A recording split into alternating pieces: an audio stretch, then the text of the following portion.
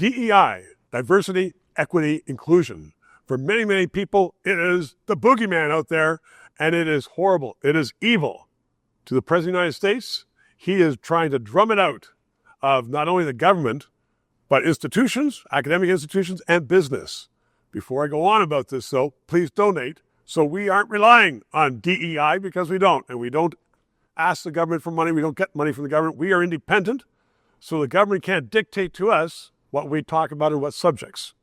So coming back to DEI, as I said, there are many people who have lost their jobs because of some stalwart out there saying, we've got to put other people ahead of you, even though you're the most competent. They may be black, they may be female, they may be lesbians. For whatever reason, we are going to hopscotch them over.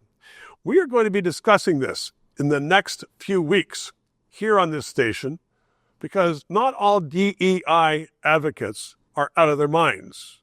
Some are.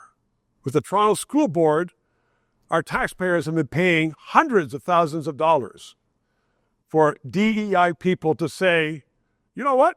You are a fabulous teacher. You are a fabulous professor. You're a wonderful administrator. But we're going to demote you because we don't think that you support blacks enough. I mean, it's like a bunch of, I hate to say this, but almost like Nazis in there. And finally, they're getting drummed out because these people have been supported for too long by some public institutions, by some media saying, oh, that's the right thing to do.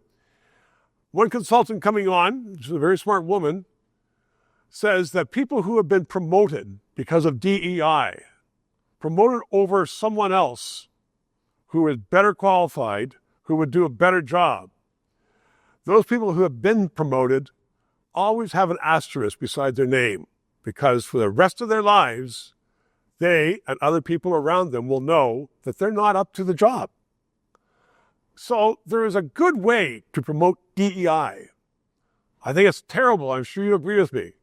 If there's two candidates and one is black, for instance, and one is white, that the black will not get it because he or she is black. That's racism. That's reprehensible.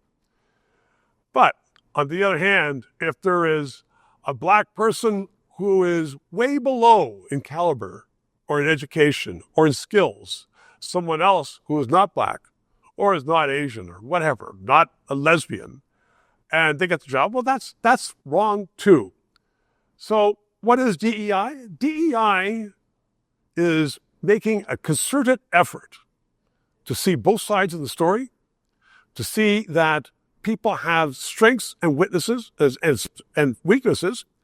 and that people should be given sometimes a benefit of the doubt to help them get ahead. That's called generosity. Some people call it Christianity.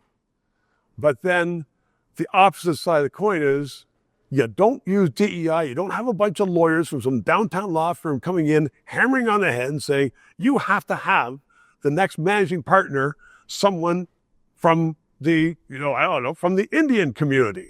That is just not right. So it's something we're going to be exploring. It's not politics, but it is something that builds our nation or rips it down. 3 minutes. To those of you who have subscribed and donated, a heartfelt thank you. You're keeping us on the air. If you're watching and you haven't, please try to do so, because 4 years ago we started this show because there needed to be independent analysis. Now more than ever, with the Online Harms Act, once that gets into law, it's been passed once by the House, there are going to be hundreds of bureaucrats censoring the news in Canada, censoring this show. We need to keep it on the air. Thanks for your support.